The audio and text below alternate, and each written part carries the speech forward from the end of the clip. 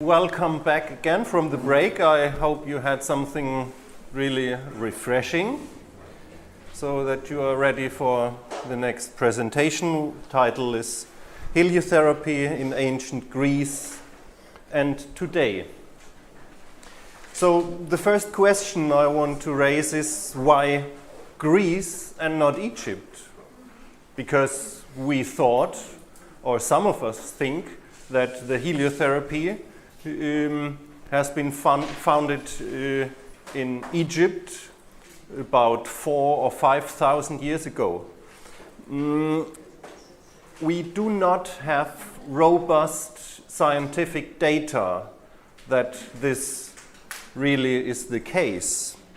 What we know is that in Egypt we had a kind of sun worshipping, that we had sunlight treatment or using the sunlight for hygienical purposes, and that the Egypts were praying to the sun as the highest god, but not all the time during all the periods in ancient Egypt.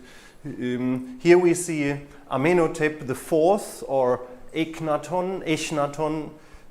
He was the one who tried to establish a monotheism with the sun, with Aten. This is part of this name, Aton or Aten, with the sun disk as the highest power and as the highest god.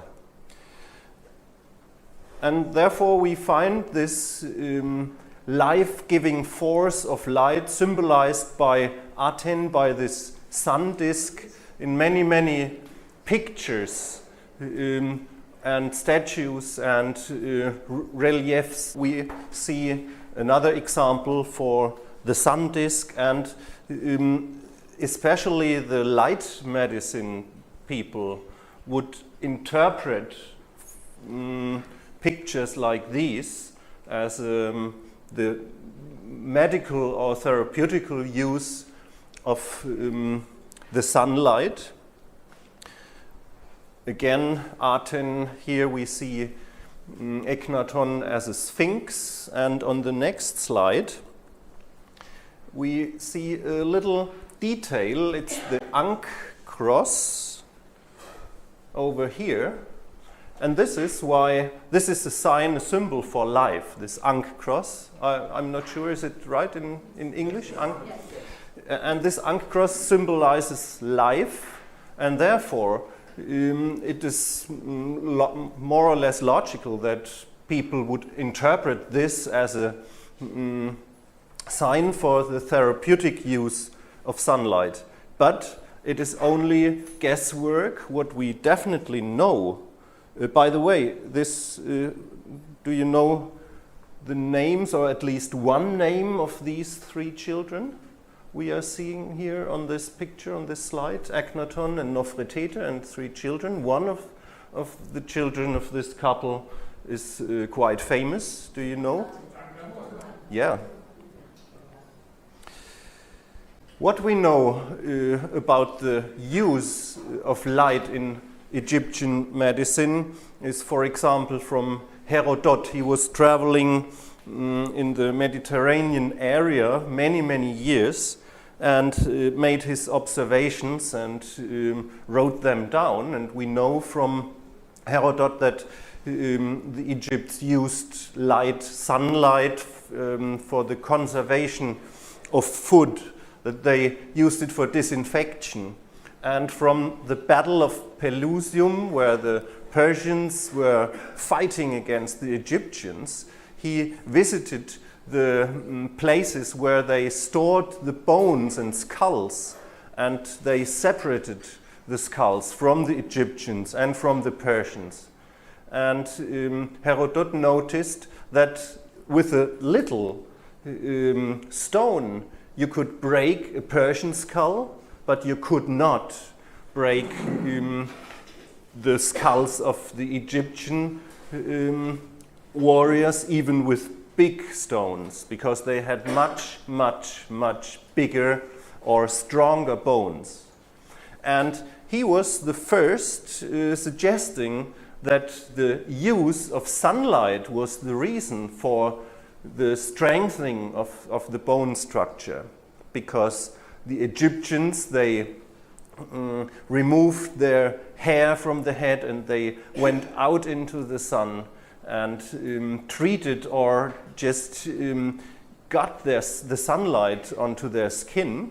In opposite to the Persians, they wore big heads and they wrapped themselves into black or other tight clothing. So the sunlight didn't have the chance to come in contact with their skin. So they had rickets and they had thin bones. And Herodot was the first, about 500 before Christ, who got the idea that there is a connection between bones and sun. In the 1920s, Kurt Hulczynski, a German physician, found out that this was true. How did he find it out? He had children to treat, and these children suffered from rickets, and he did photographs, radiologic photographs, X-ray photographs from both arms, but he treated only one arm with ultraviolet producing sun lamp, and he could tell after a while that the bones became stronger in the other arm too. So he suspected there must be a substance distributed by some body liquid, probably blood or lymph or whatever, a substance preventing rickets from treatment of one hand working in the whole body. Hulczynski, I think 1927.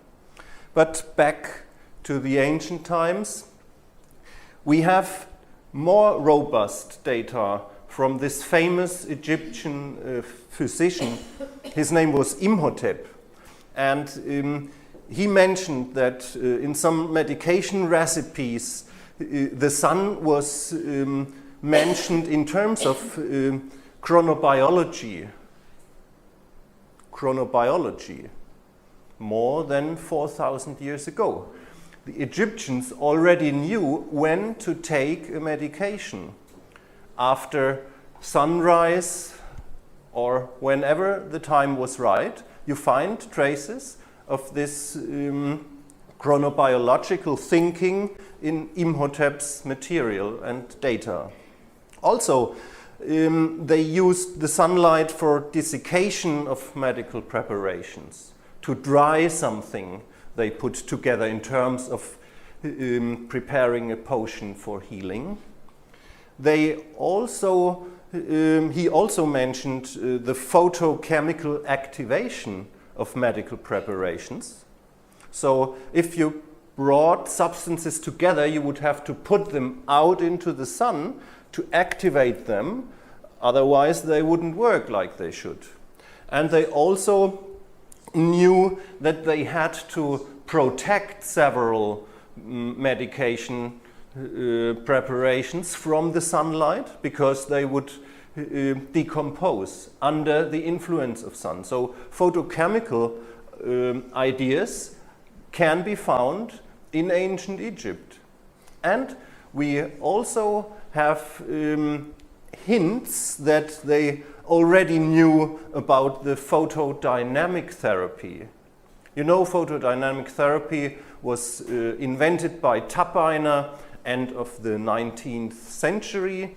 He found out that if you take a certain substance, it sensitizes the tissue for even long-waved light, like infrared light, and the skin would react exactly the same as it would if you put it into ultraviolet light.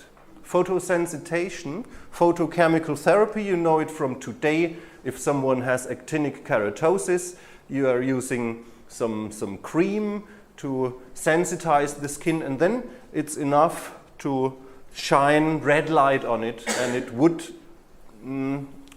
induce a kind of inflammatory reaction. After this inflammatory reaction, normally this actinic keratosis, the damaged cells, are abolished or removed. So this is what we know from the Egyptian light medicine. No robust data that they really did the sunlight therapy, but for sure they had benefits from being out in the sun. Now let's come to the heliotherapy, where we definitely know that Greek physicians used sunlight not only for preventive or hygienic purposes, but also for therapy. And the most important physician was Hippocrates on the island of Kos. And his school influenced the heliotherapeutic approach up to the medieval days. Celsus, for example, up to Paracelsus, they referred back to the knowledge of Hippocrates and his school. What they knew is that sunlight shifts water, sunlight shifts body liquids. And in these ancient days, they thought that a lot of disorders and diseases come from a misshift of body liquids, and to correct this maldistribution of body liquids, they were using sunlight in a therapeutic way. And they were using the warmth of the sunlight and the heat. But they did not know about these compositions, how the sunlight is composed of. We know today we have infrared rays, we have visible rays, we have the ultraviolet rays, and each of these radiation groups are linked with a different mechanism of influencing our cells and body in total, but they didn't know about that. They had this empirical approach. Here we see the Asklepion on this island of Kos, and Asklepion, it was a place where they worshipped Asklepios. It was a Greek god. And do you know, have you heard of Asklepios? Yes? So they found here in this Asklepion galleries for sunbathing, and Asklepios is, as I already said, a Greek god. He is the son of Apollon, and Apollon is the god of light. And Asklepios is the god of medicine and healing. And it's remarkable that the god of medicine and healing is the son of the god of light. So we find in Greek mythology a deep link between light, sunlight, and medicine.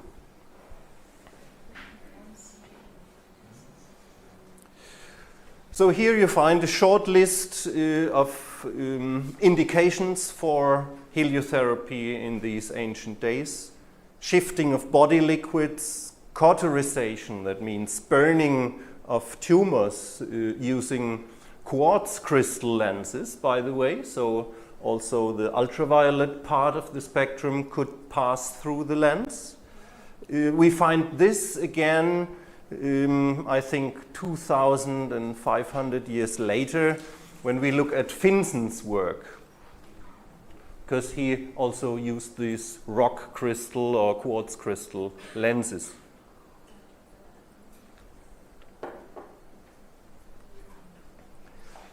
Metabolic disorders, obesity, strengthening the bones, preventing rickets, these were indications for heliotherapy in ancient times. And for example, they also had some ideas, if the sun was too strong, they used olive oil on the skin, in terms of reducing the intensity of the radiation to the body. Do you have an idea of the sun protection factor of olive oil? No, not 0. Another idea? It's only 2. You can stay 2 times longer in the sun. And the reason, do we have any filter mechanisms in olive oil? What do you think?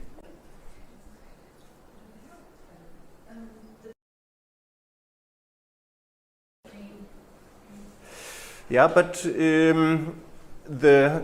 the reason, the scientific reason for using olive oil is the same reason why the body starts sweating. If the skin is covered with a layer of liquid, you find a kind of reflection. And the olive oil reflects half of the radiation back from the body. And this is a very clever way of reducing the strength of radiation, because we do not change the transmission spectrum of this of the sunlight. And changing the transmission spectrum, I do not know if you are aware what happened in the European Union last year in terms of regulating the filtering properties of sunscreens. All the natural sunscreens do not get the CE sign anymore because they do not filter the sunlight in the way the European Union thinks it should be.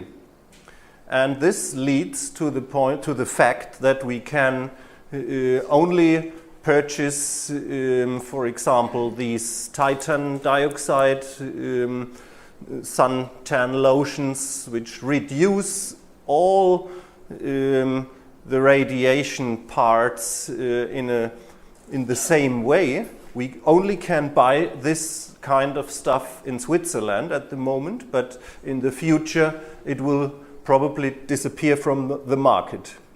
But I don't want to go too deep into this particular issue before I'm not through with my other stuff I want to present to you today. Okay.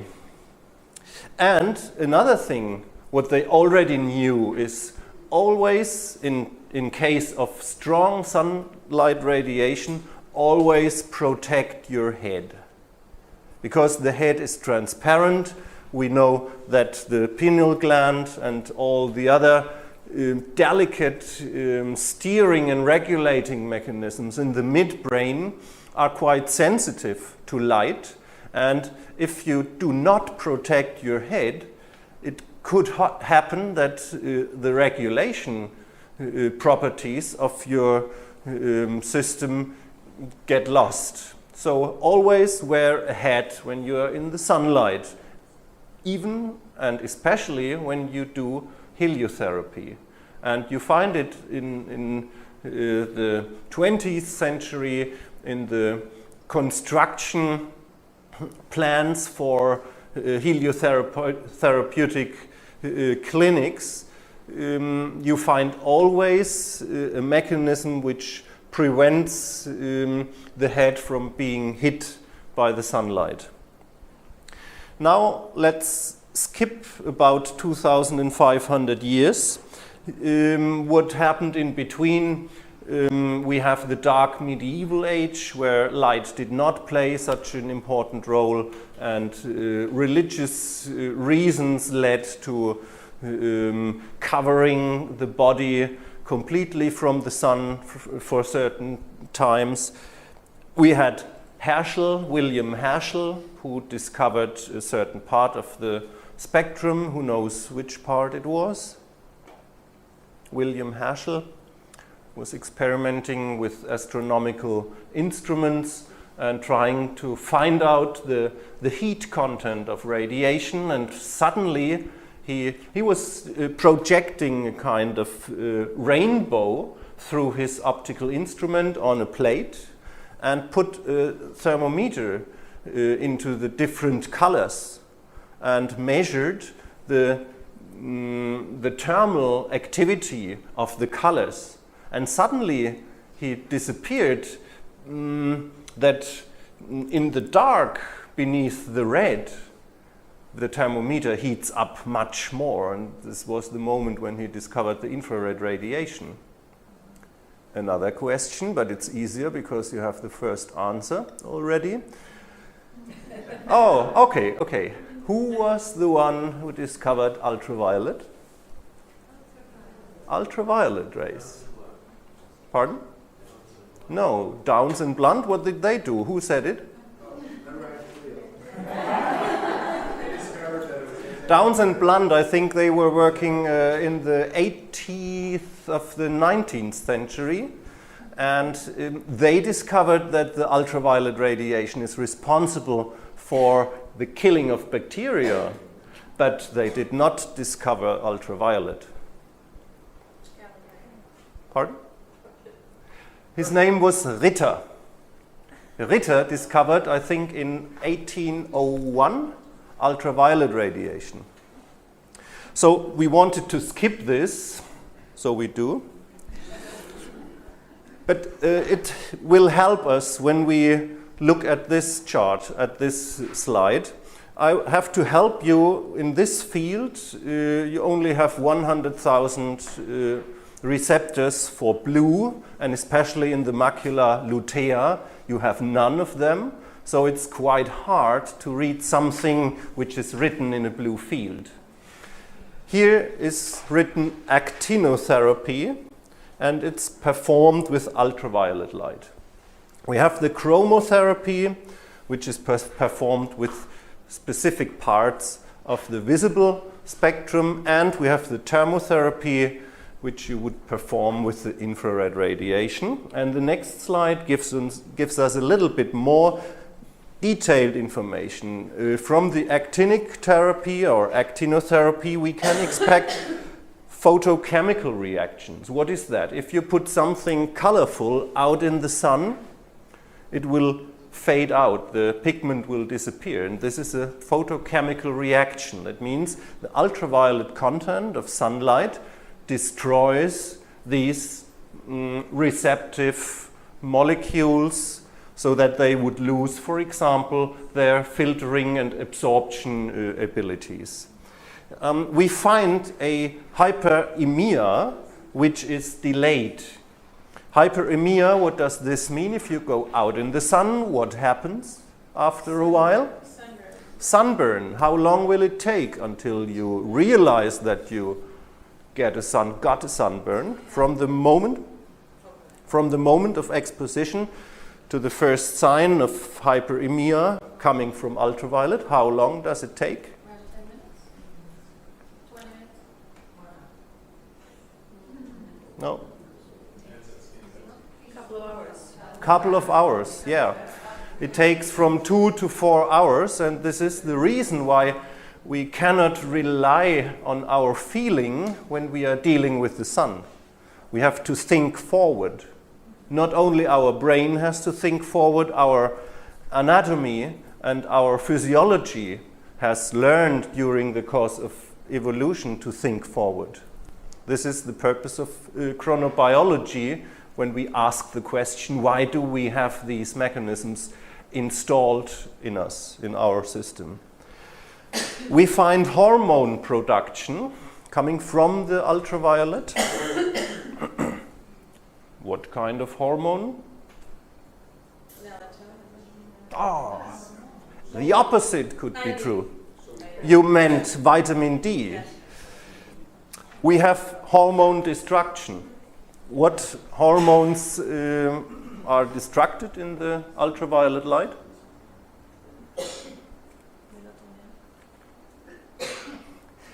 The production of melatonin is suppressed, but not from ultraviolet light. It's from the light you would see, which comes together with the sunlight.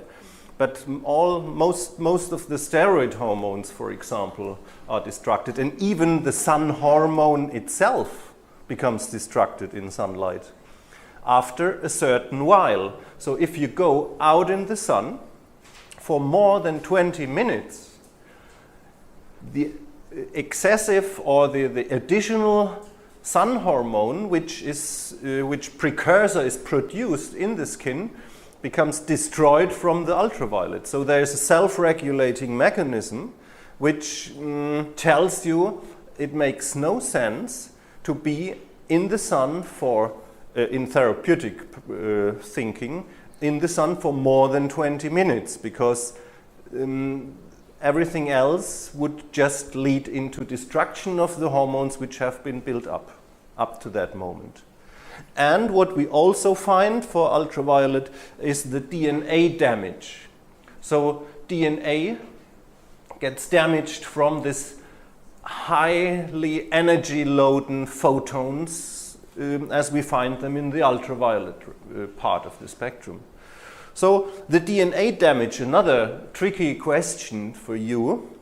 What is more dangerous, ultraviolet A or ultraviolet B? Just to give you an idea, ultraviolet A would be the long wave ultraviolet radiation between 310 and 400 nanometers, or 380, and ultraviolet B is the part 290 to 310. What is more dangerous to our system? UVA or UVB? UVA. Who said B? Okay. I think UVA, UVB has higher energy, but it doesn't get through. It does not penetrate so deep as the ultraviolet A is able to. And especially if you have only ultraviolet A and not ultraviolet B, this is especially dangerous, because what happens when we are out after we had been out in the sun and we experienced a slight sunburn or a reddishness, not a sunburn, but a slight reddishness of the skin. What happens afterwards?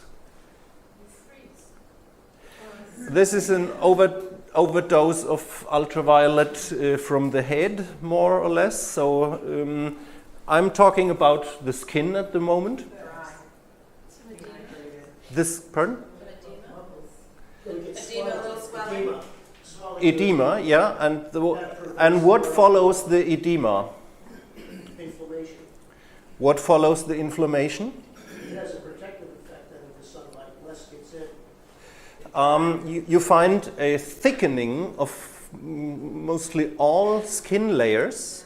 We would call it, I was thinking about calling it horny skin, but then I thought, Carl will think about something completely different when I talk about horny. So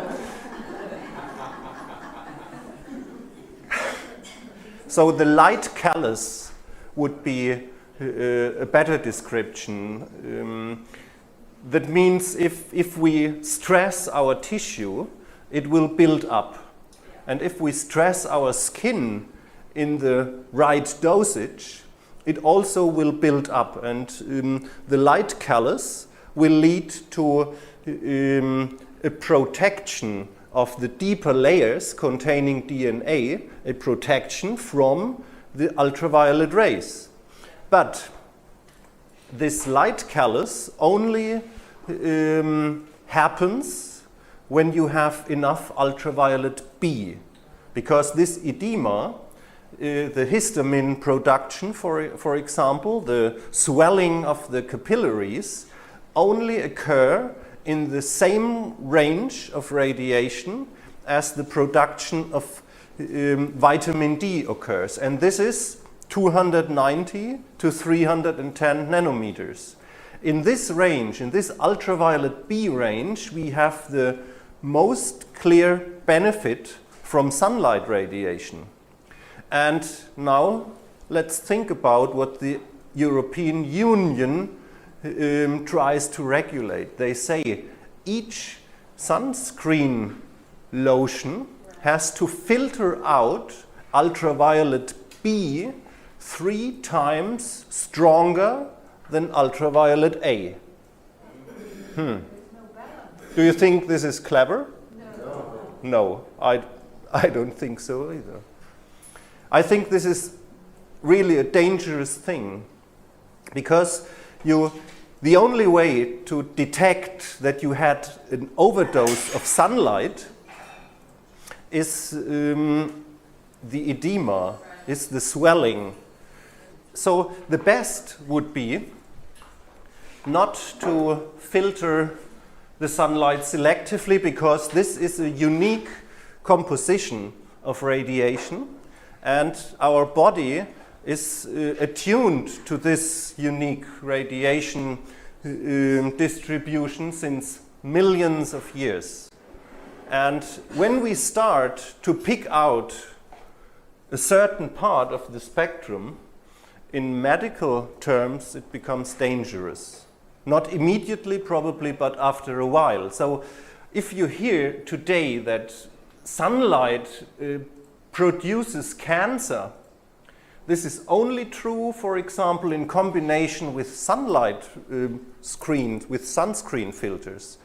If you use sunscreen filters, the UVB is filtered out, but the also dangerous component of ultraviolet A penetrates even deeper into the skin, and the sunscreen prevents your skin from building up this light callus. That means the skin remains thin, and this is not the summer mode. Thin skin is the winter mode. We have a kind of tides in our skin. It swells in summer and it diminishes in winter. So it pulls out the body liquid into the skin in summer, and it refills our body container in the winter when the capillary layers become thinner and thinner. Okay? So Alexander, what you recommend then is building up a very gradual layer of melanin in the summer? We come to that. But what we know from Finsen is that it's not the melanin alone.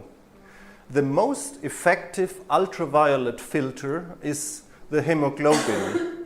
So the blood, the layer, the capillary layer, this is the most important and the most effective protection layer in our skin.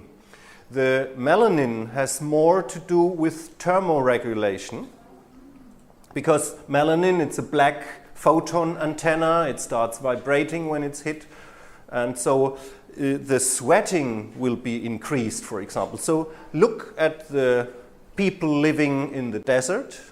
They would have to bring out, to get rid of the heat. So they have dark skin. People who are living in Tibet, for example, it's cold outside. The thermal stuff is not their problem, but they also have a lot of ultraviolet radiation. They have thicker skin, and the skin is yellow. Yellow, just the opposite, is the blue filtering. So the yellowishness of the skin is also a very good ultraviolet filter. Okay? Let's get back to chromotherapy. We have mainly resonance effects, but also quite selective photoelectrical effects occurring on membranes. We have mitochondrial activation from the wavelengths of 580 nanometers or even 550 nanometers up to the long wave radiation in the near infrared and infrared. We have these photoelectrical membrane effects. We find hormone regulation through the eye, the influence of the light which comes into the eye and goes through the retino-hypothalamical tract into the midbrain. These are hormone regulation effects mediated by the eye. And we find oxidative cell stress. This would be which part of the visible spectrum can induce oxidative cell stress? Ever heard of the blue light hazard? Yeah? So it's the shortwave part up to 500 nanometers, which would lead into increase of oxygen radical production in the cells. So this is crucial for if we want to maintain or take care of our eyes. Ask Reinhard, I don't see him, here he is.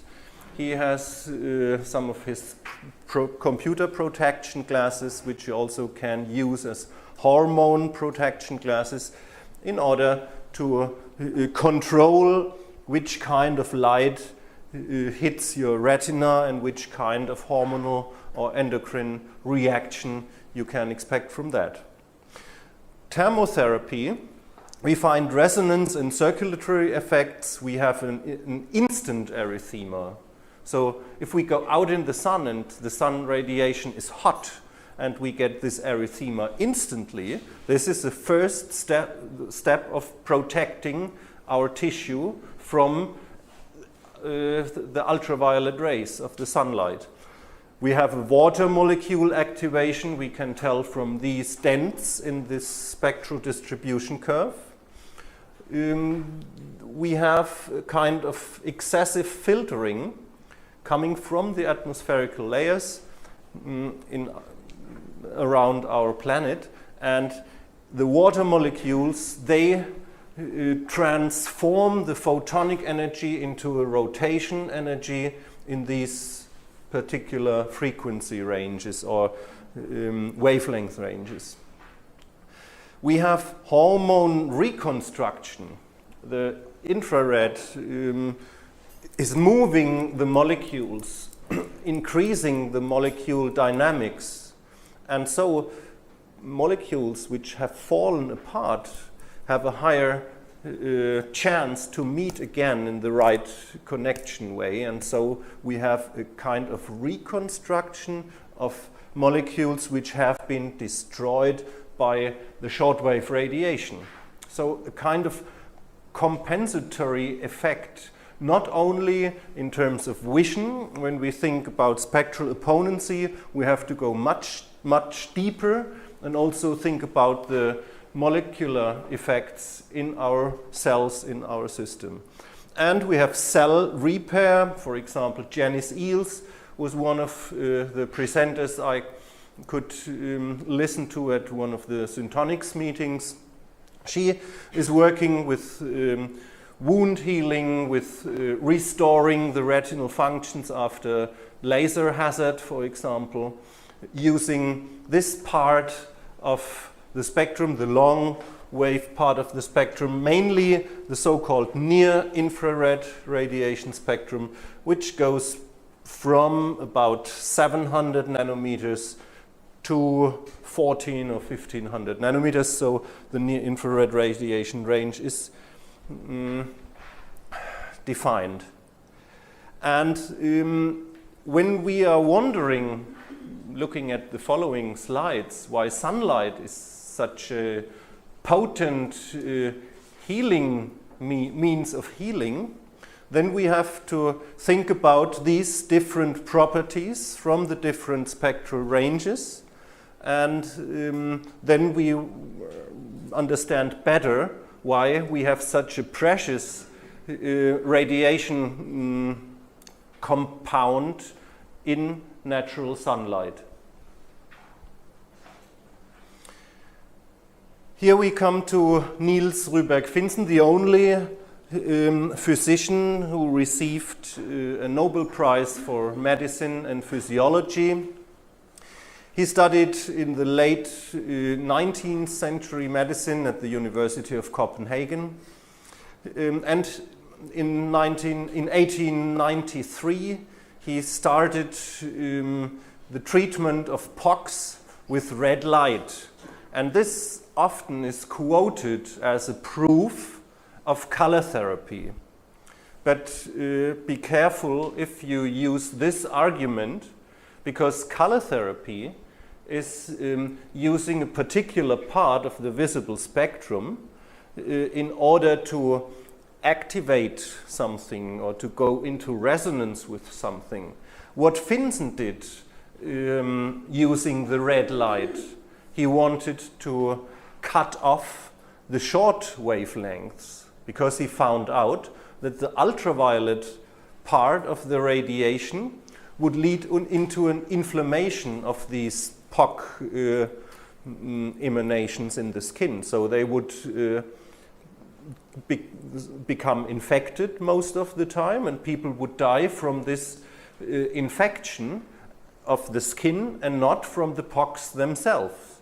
So leaving some parts of the spectrum behind, only using another part of the spectrum which is not as aggressive as the first part, this is negative phototherapy, and it has nothing to do with chromotherapy in the typical sense.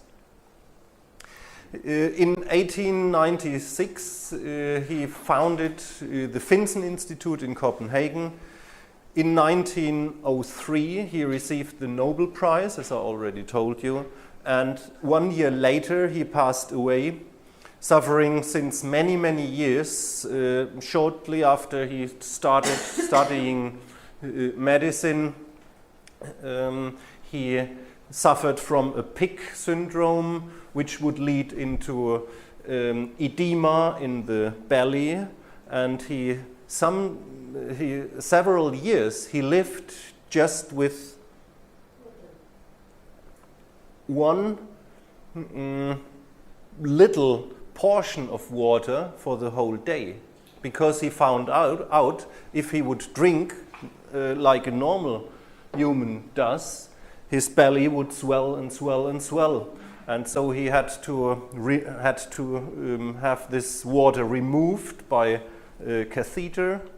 He developed a special catheter one day when a piece disappeared in his stomach during this procedure. And so just to let you know that this was a man who dedicated his whole life to the exploration of the medical properties and options of light. He was so sick himself, another human would just have said, "Oh, I'm so sick, I cannot do anything." But he just did what he could do and tried to survive, but it did not last long after his Nobel Prize nomination in 1903. So he treated the lupus vulgaris using the actinic therapy, and he received the Nobel Prize not only for having developed the negative phototherapy, but also having developed the actinic therapy, which meant he induced a controlled inflammation in the skin of people who suffered from lupus vulgaris. This was the skin manifestation of tuberculosis, and he learned from experimenting with himself and with his wife how to remove, for example, the blood from the tissue, because he was sure that if he would remove the blood, the ultraviolet radiation would penetrate much, much deeper. And experimenting like that, so he shone light through the earlobe of his wife to see what happens, and then he compressed the earlobe with 2 plates of glass. And yeah, he was the first doing, in a way, scientific experiments with light in order to find out the therapeutic properties of the photonic therapy. Lupus vulgaris looked like that, like you would have been bitten by a wolf. Lupus is the wolf in Latin language. And the only way they had before for treatment before Finsen was surgical or radiological treatment, but you would never have seen such a perfect healing as you can see it from this to that picture. This was only Finsen who was able to perform this kind of therapy in that quality.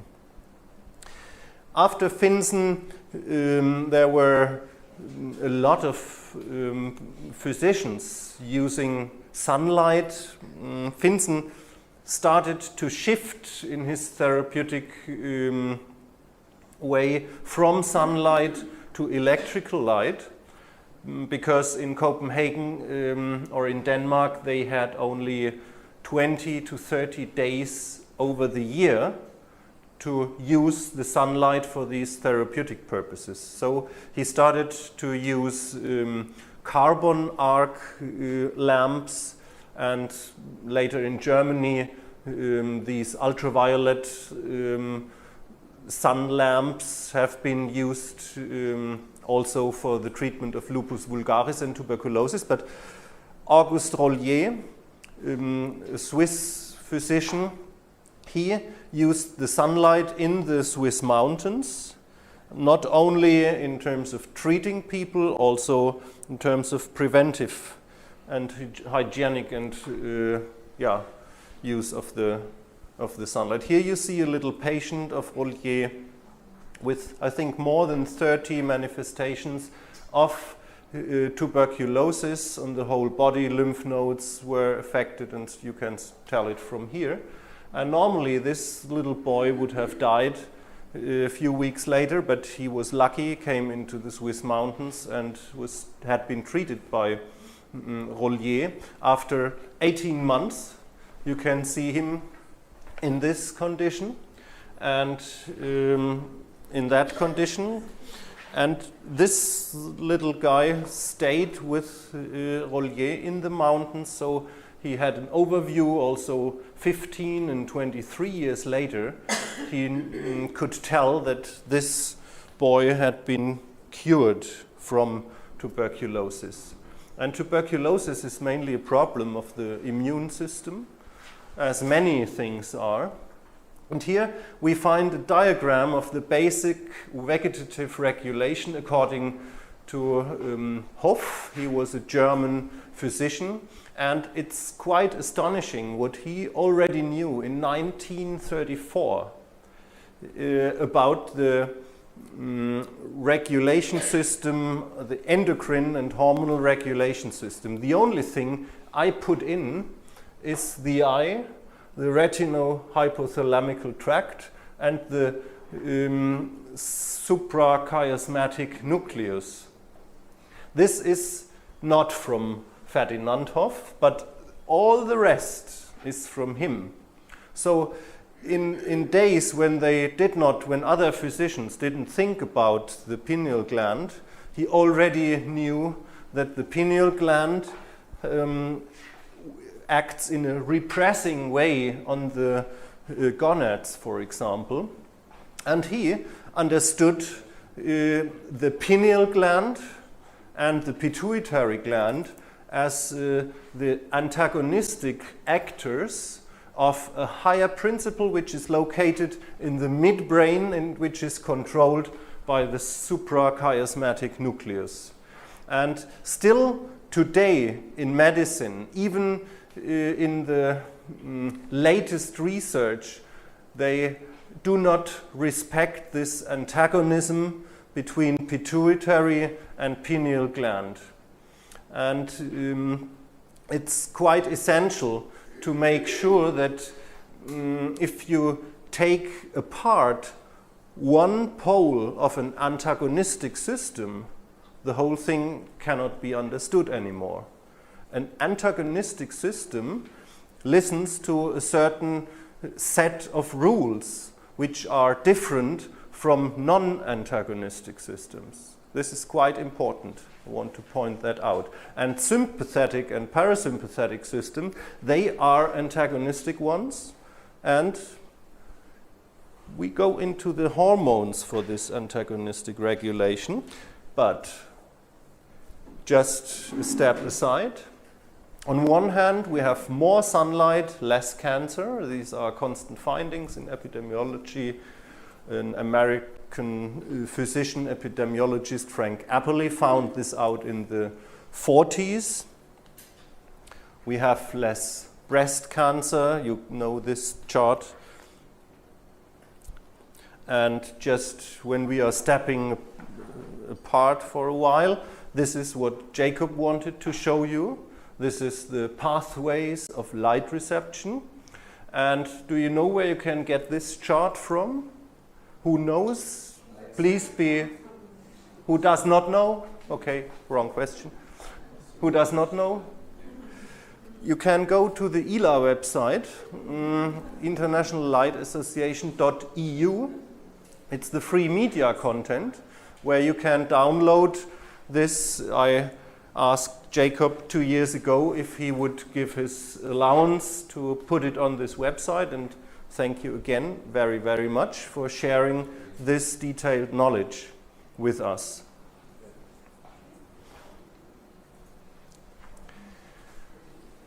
Here you find this regulation system in another way of displaying it. It comes from a publication of Walter Stumpf, The Endocrinology of Sunlight and Darkness, Complementary Roles of Vitamin D and Pineal Hormones. And I found this quite often quoted, but I was looking for a long, long time for the original text.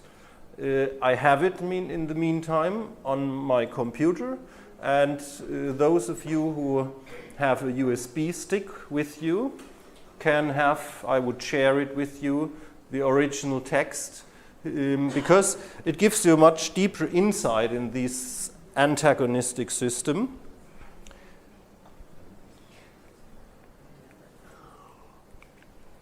And one of the major tasks of this antagonistic system is to regulate our vegetative system in a way that we can cope with day and night, that we can cope with the seasons, with summer and winter, spring and autumn.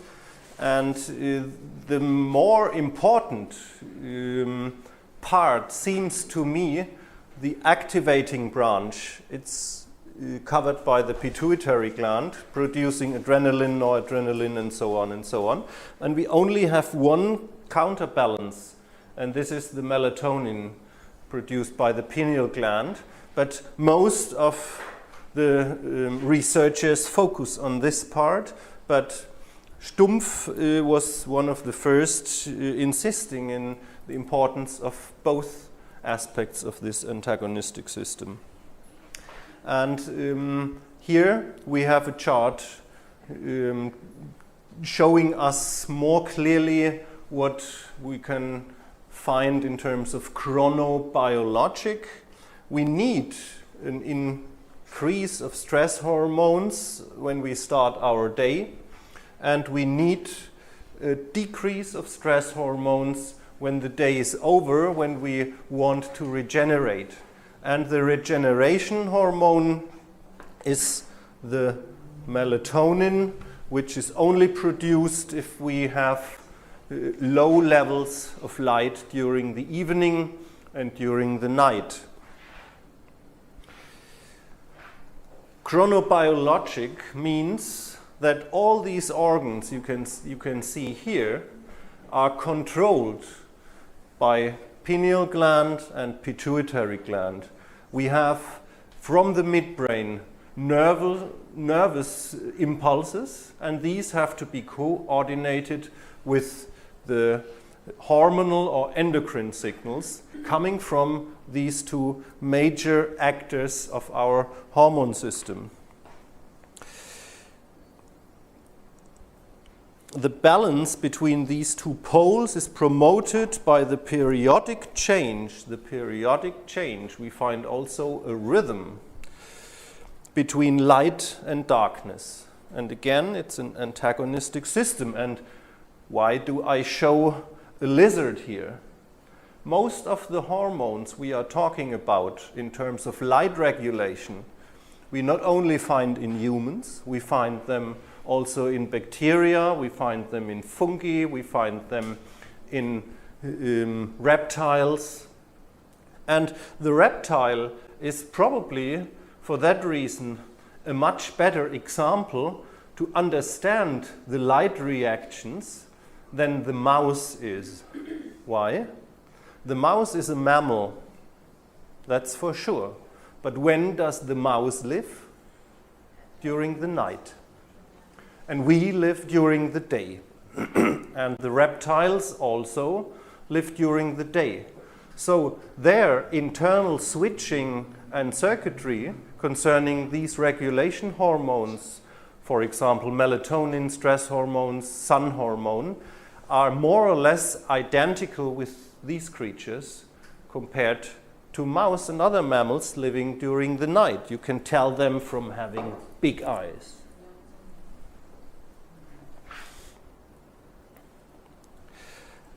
When I listened to Jacob's presentation, I thought, I should show you a picture of synchrony. These are two turtles, and Don, you know this one? This is Apollon. It's the baby, yeah. But in the meantime, when we found it, it was like that, and now it's like that. But we have two other babies which came about 6 weeks ago. And again, thermoregulation for those, it's quite important to be out in the sun. And something really interesting happened. I wanted to give them, because they are babies, we cannot keep them outside. They have 15 grams when they come out of their egg, and 2,500 grams is the weight of the mother. She's, by the way, in my age, but I'm not the father of Apollon.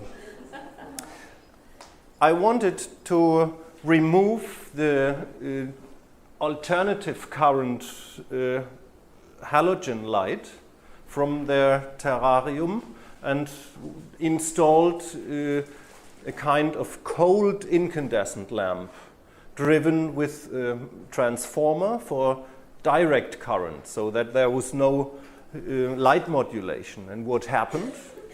They were upset. They went into the light, but felt immediately there is some heat lacking. They went away and tried to dig themselves into the ground.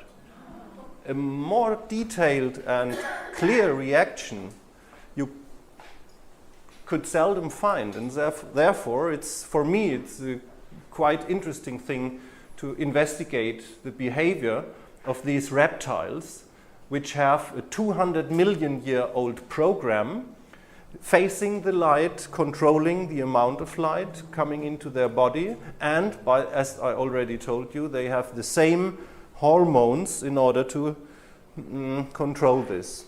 The same hormones than we have. Heliotherapy today, we do not have to heat up in the sun to walk around and become quicker and swifter like the reptiles have to. So we are more free, but we have to pay for this freedom. And in modern society, it means that 70% of the people living in modern societies, and even more, are vitamin D deficient.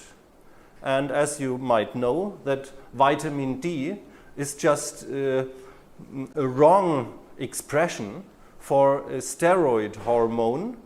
You should better say it's soltriol or sun hormone. It's definitely a steroid hormone, comparable to cortisol, for example, to the mineral corticoids, to the glucocorticoids.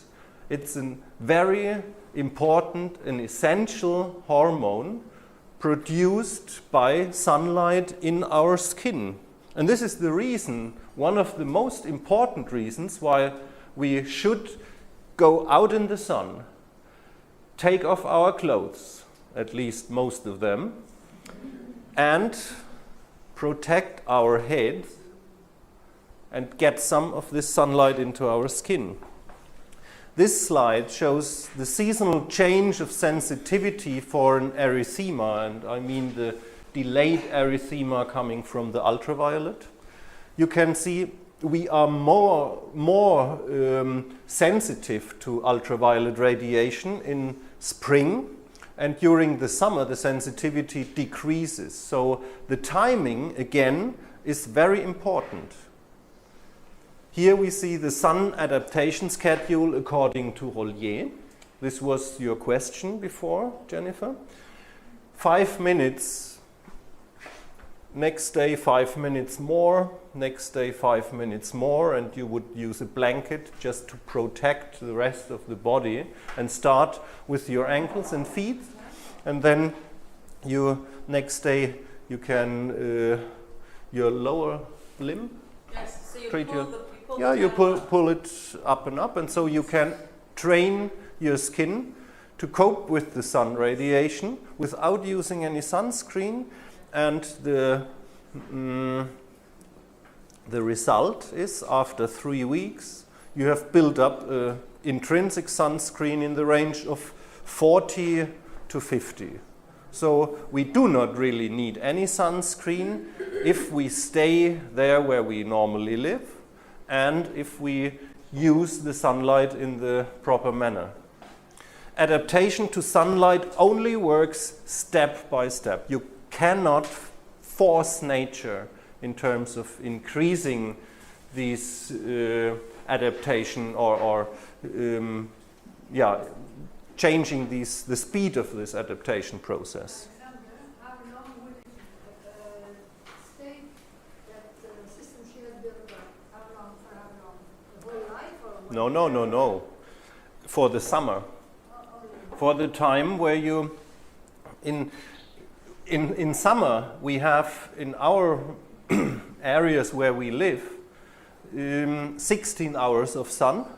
In winter we only have 8 hours or even less.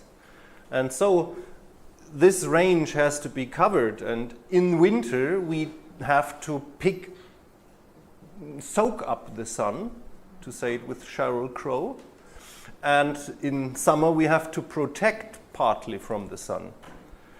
And our body takes care of this intelligent regulation. So the tanning shades and the skin becomes thinner after several weeks. But we do not need a thick and tanned skin if there is no sun outside. So this is the real purpose for that cosmetic aspects.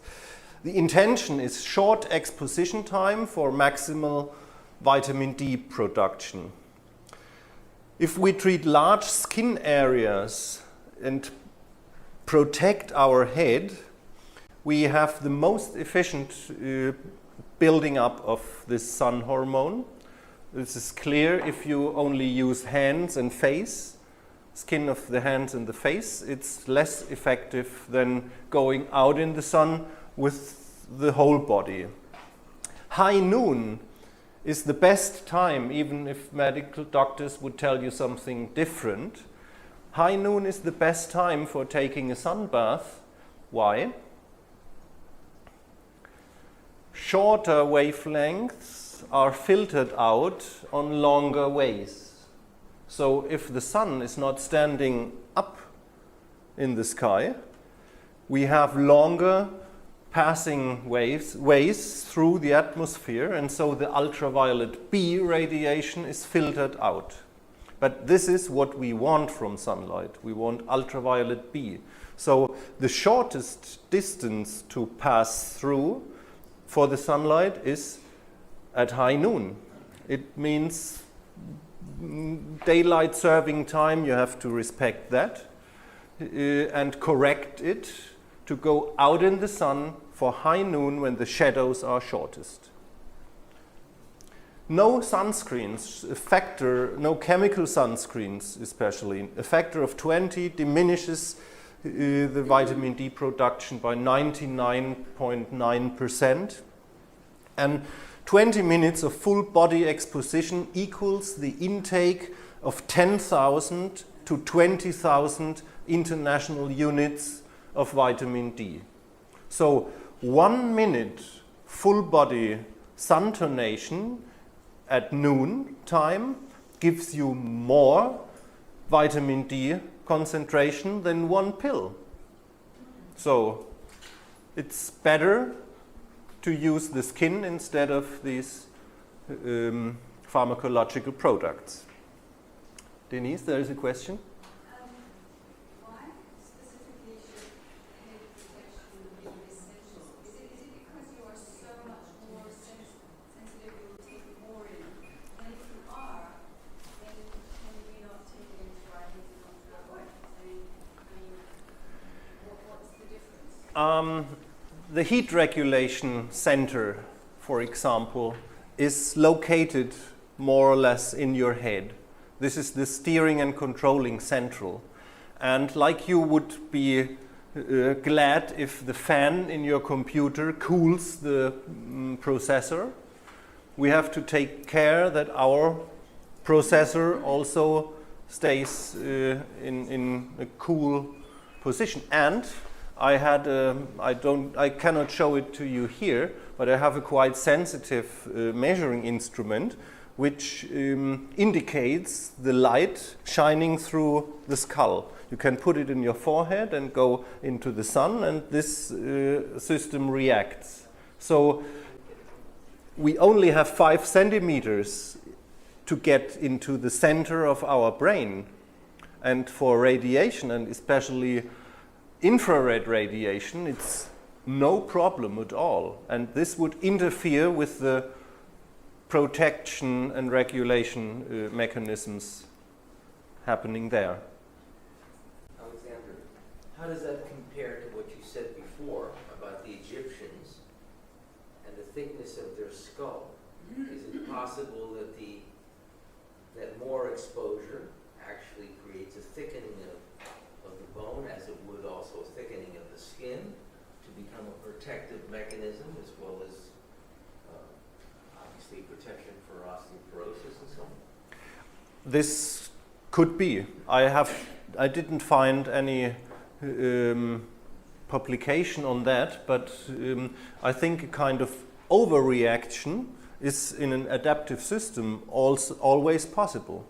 Therefore, I think the Egyptians did not stay out in the sun the whole day, because their sunlight consumption somehow was embedded in rituals, and when to start with the prayer. And you will start with your meditation tomorrow at 7:45 on the beach, together with Wilma and Doris. This was also a kind of hint for me to not forget to announce that we shifted it a quarter of an hour.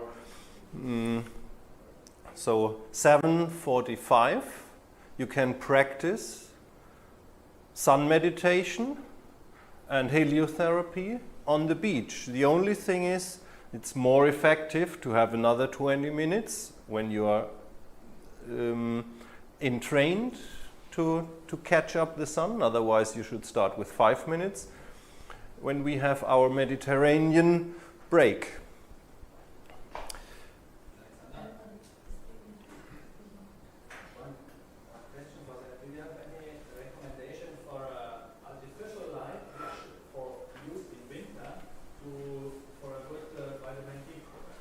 Not really, because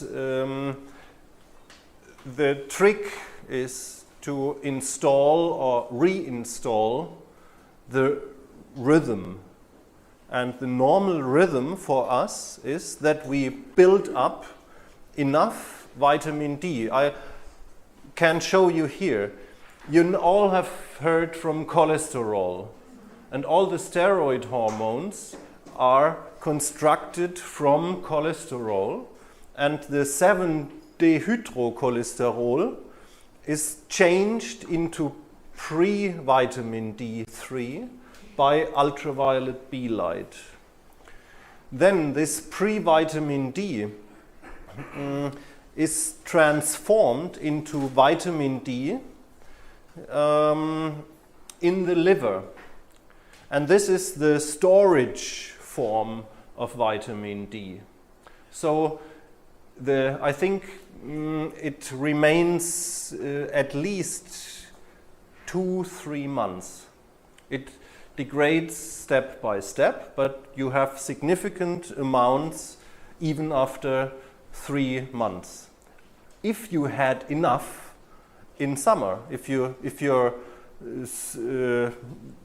body is filled up with vitamin D3, then you have enough for the winter. Our body produces the 1:25OH, the active version of this calcitriol, of this vitamin D, in the kidneys as it is needed. And it's also destroyed in a very short time. And here you see the regulation zones. If you are too long in the sun, ultraviolet B is able to destroy this substance. It builds it up, but it destroys it in a more significant way. Same destruction to suprasterol and so on.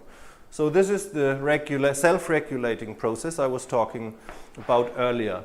I would not recommend to substitute vitamin D using the artificial radiation, because we are unable to mimic or to reproduce the sunlight itself from this particular specific composition.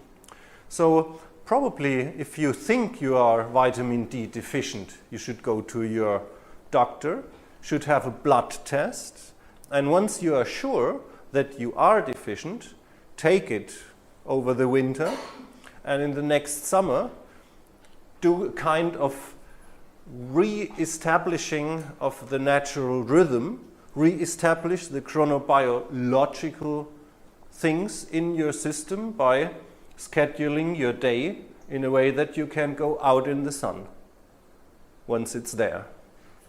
We know that as we get older, there is a diminution in terms of the hormone productions and so on.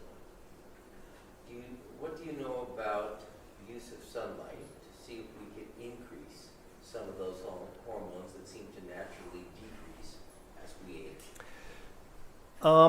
Probably this gives you part of an answer.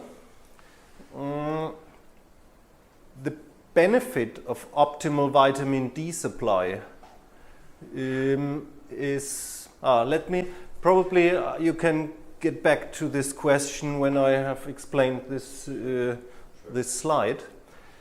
Vitamin D deficiency means less than 20 nanograms per milliliter. Severe deficiency less than 10 nanograms per milliliter. 80% of my patients have deficiency or severe deficiency. The optimal concentration would be 30 to 60 nanograms per milliliter. The recommended daily intake was 5 to 12.5 microgram. It has been corrected nowadays to 25 to 50 microgram. Some say you should have 5,000 international units intake every day in order to prevent deficiency. 12.5 microgram is equivalent to 500 international units. And again, 1 minute gives you 1,000 units, 20 minutes give you up to 20,000. All these types of body tissue have been diagnosed of carrying vitamin D or sun hormone receptors. Small intestine, large intestine, kidneys, bones, thyroid gland, parathyroid, skin, epidermis, basal cell layer, fibroblasts, endothelial cell layer, melanocytes, skeletal muscles, heart muscle, smooth muscles, pituitary, ovaries, testes, breast, uterus, prostate, placenta, thymus, pancreas, circulating activated lymphocytes, monocytes, macrophages. So this is a long list, and each single type of body tissue which has been examined has these receptors, and they are quite important. They are located in the center of the cell. They control what comes in and out from the inner part where the DNA, for example, is located at.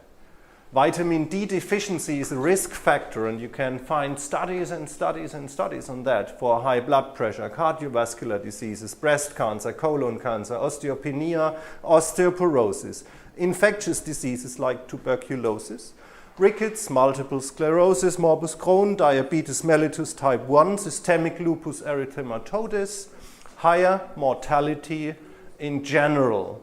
And I would say deficiency of vitamin D also increases the speed of aging. Yeah? So do you think that part of your question is answered by that?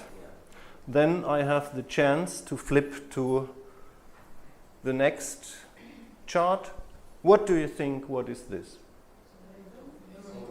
This is the solar spectrum. 50 lines for just covering the visible part of the solar spectrum. And these little black lines are the Fraunhofer lines. So when I was talking about the specific composition of sunlight, I not only think about the envelope shape of the spectral distribution, I also think about all these information lines. It's like a barcode. And in terms of thinking about the photoelectrical effect, this can be in our capillary layers, for example, the information how to distribute the minerals and ions, which may come out and which must stay inside, because we have a light pressure and we have a light suction effect on the membranes. We do not have this photochemical effect, which has been explained by Einstein. It was the reason for his Nobel Prize nomination. We don't have this photoelectrical effect only on metal surfaces. We also have it on biological membranes, controlling which particle may pass and which has to stay and remain inside the cells. So this was my last picture for today, except that one. I hope there are no questions.